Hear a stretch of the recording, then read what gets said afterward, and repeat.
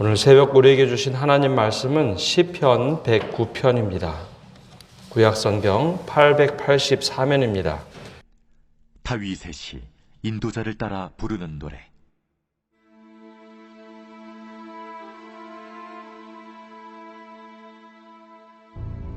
내가 찬양할 하나님이여, 잠잠하지 마옵소서.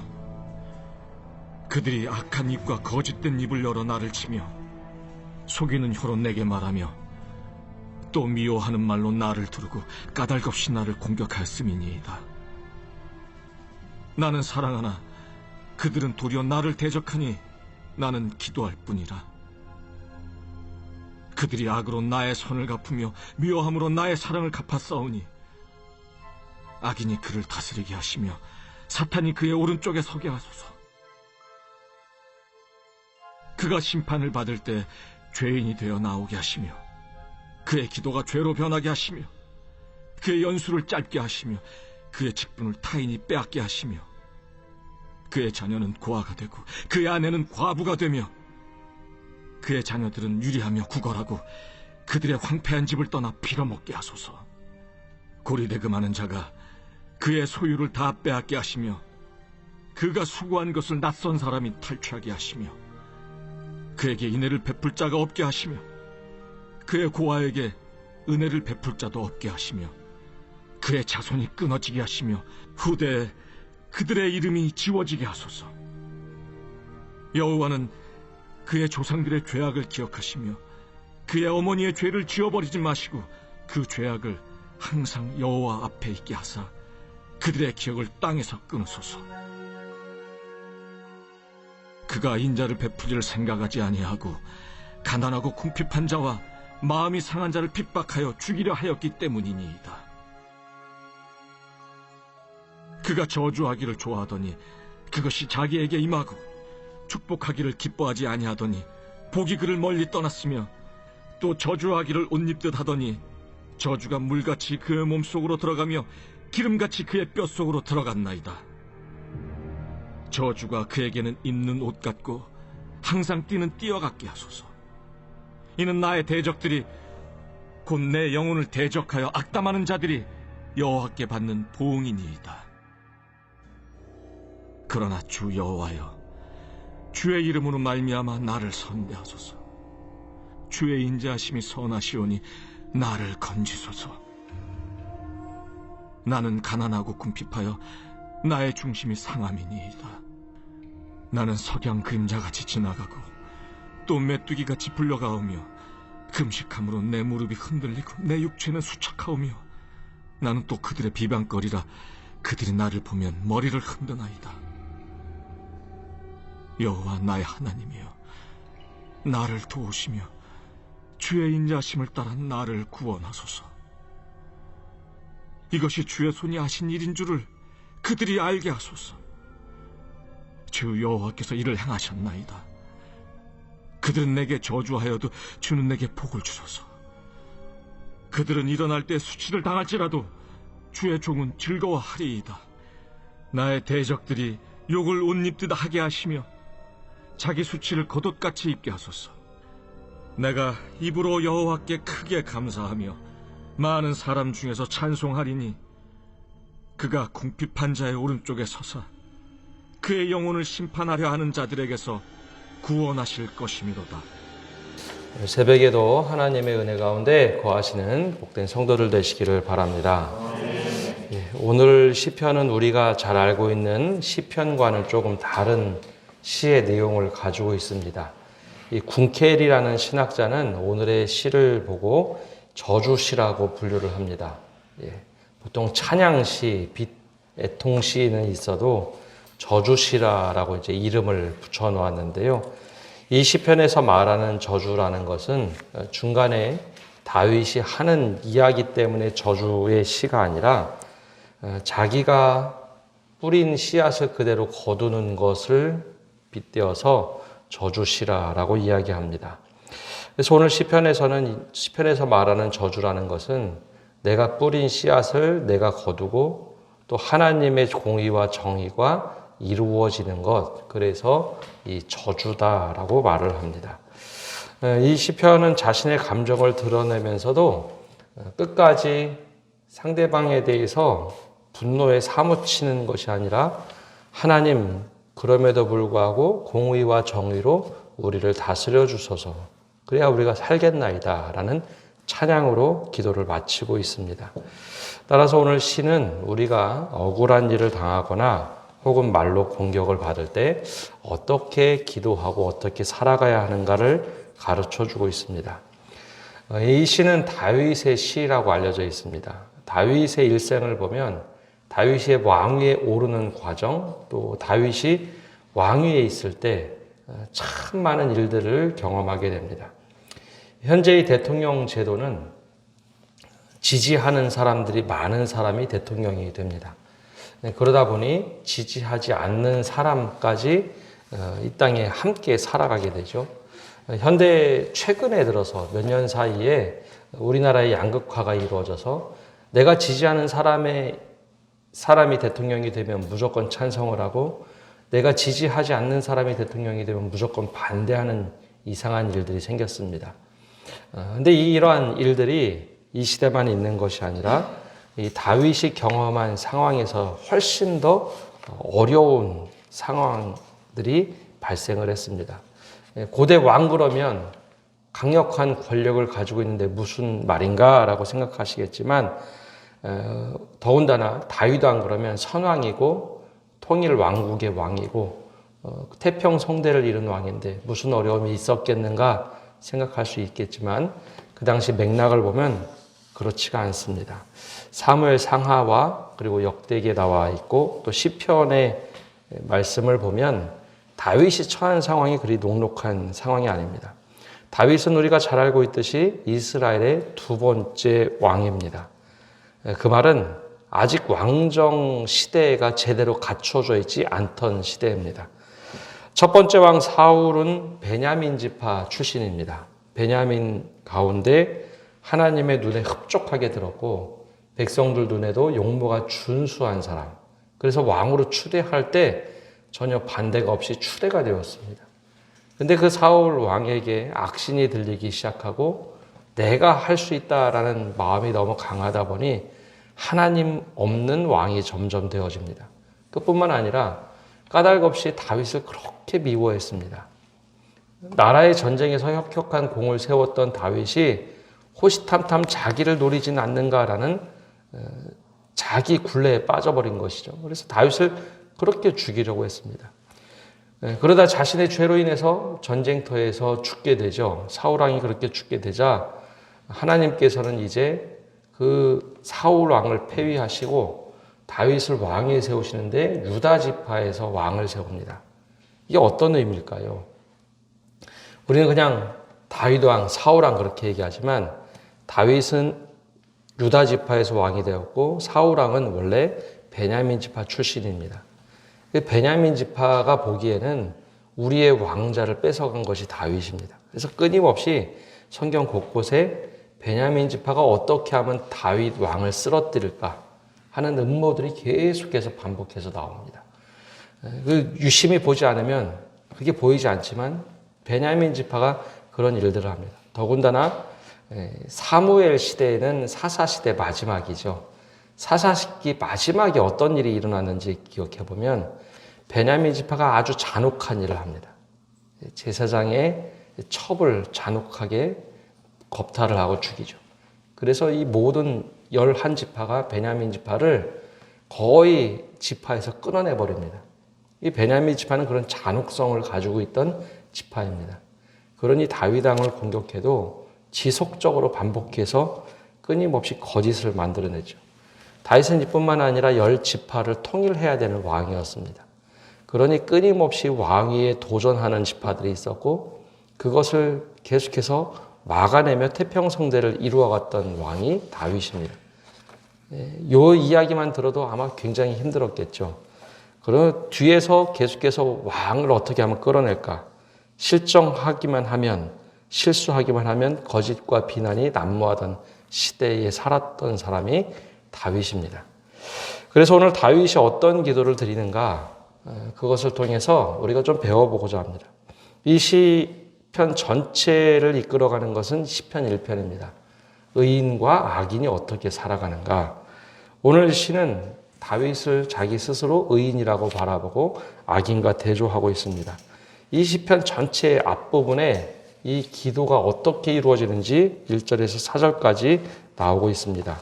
한번 제가 읽어보겠습니다. 내가 찬양하는 하나님이여 잠잠하지 마옵소서.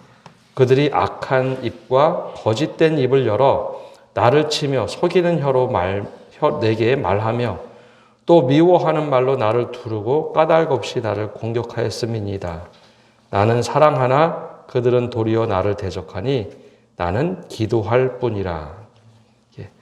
악인은 악을 만들어낼 때 사실을 왜곡해서 거짓된 입을 열어 다윗을 공격했다고 했습니다. 그 방법은 나를 치며 속이는 혀로 말한다. 즉 앞에서는 굉장히 왕을 칭찬하는 것 같으나 뒤에서는 거짓과 음모를 꾸민다고 하는 것이죠.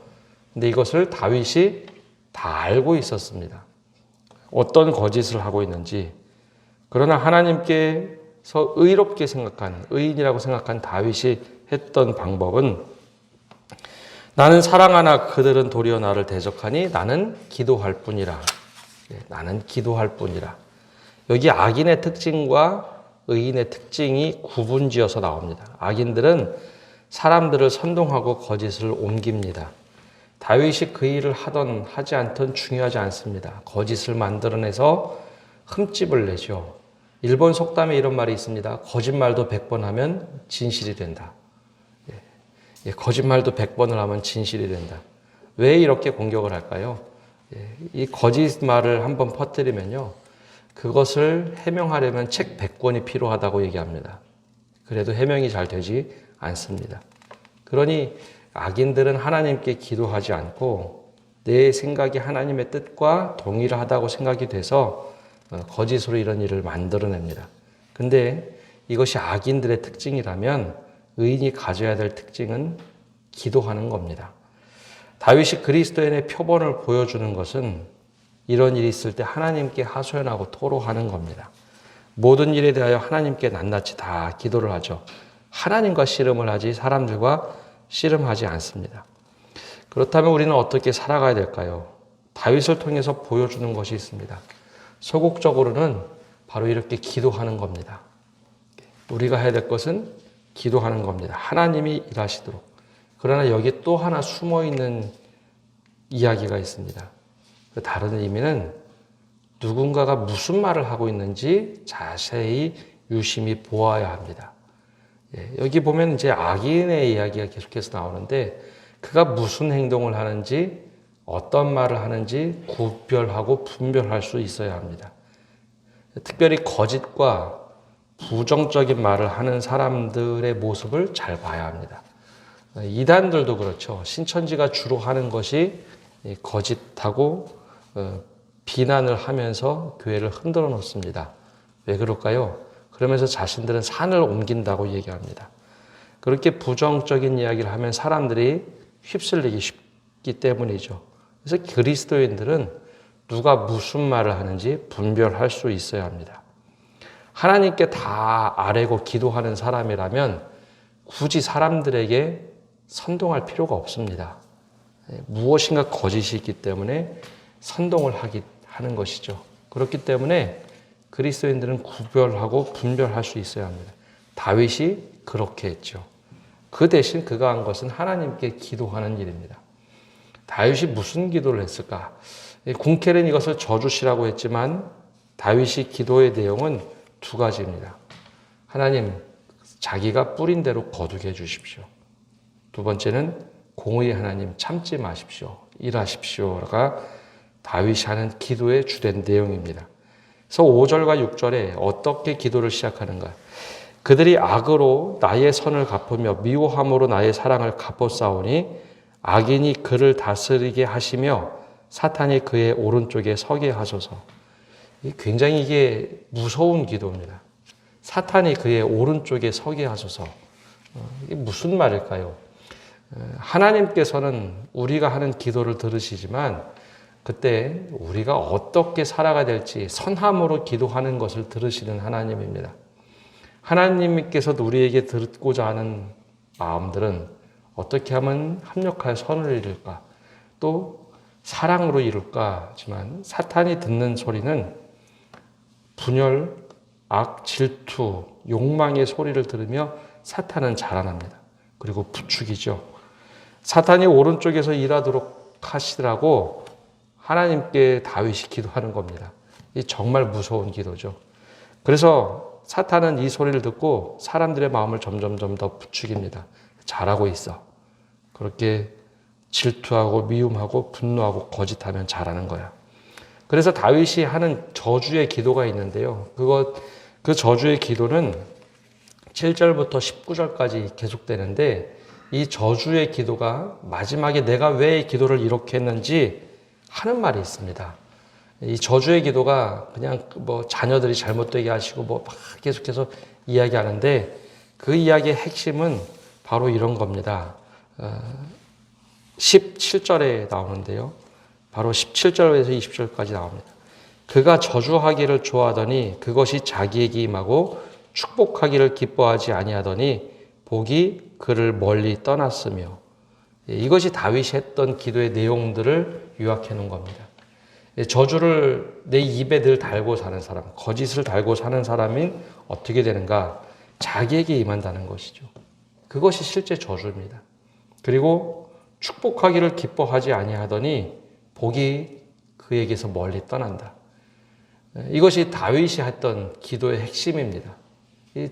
거짓을 말하고 다니는 사람은 거짓이 자기에게 임하고 축복을 말하는 사람은 축복이 임한다는 것이죠.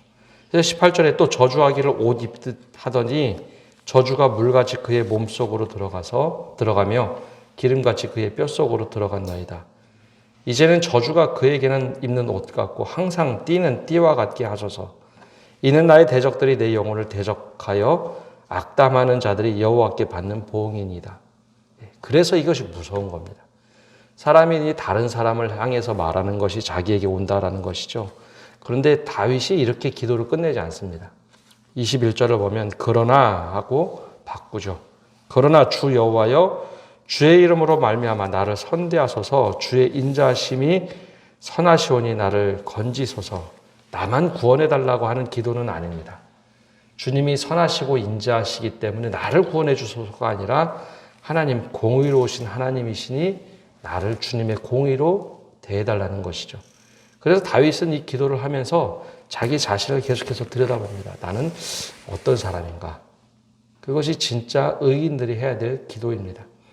그래서 25절부터 27절까지 하나님께 한참 얘기했던 다윗이 또 이렇게 고백을 합니다. 나는 또 그들의 비방거리라. 그들이 나를 보면 머리를 여전히 흔들고 있고 그때 여호와 나의 하나님이여 나를 도우시며 주의 인자하심을 따라 나를 구원하소서. 이것이 주의 손이 하신 일인 줄을 그들이 알게 하소서. 주 여호와께서 이를 행하셨나이다. 이게 무슨 얘기냐면 나를 들어서 사용하시면 그들이 하나님께서 하신 일이구나. 그것을 깨닫게 해주십시오. 그래서 오늘 시편 기도를 마치면서 이렇게 기도를 합니다.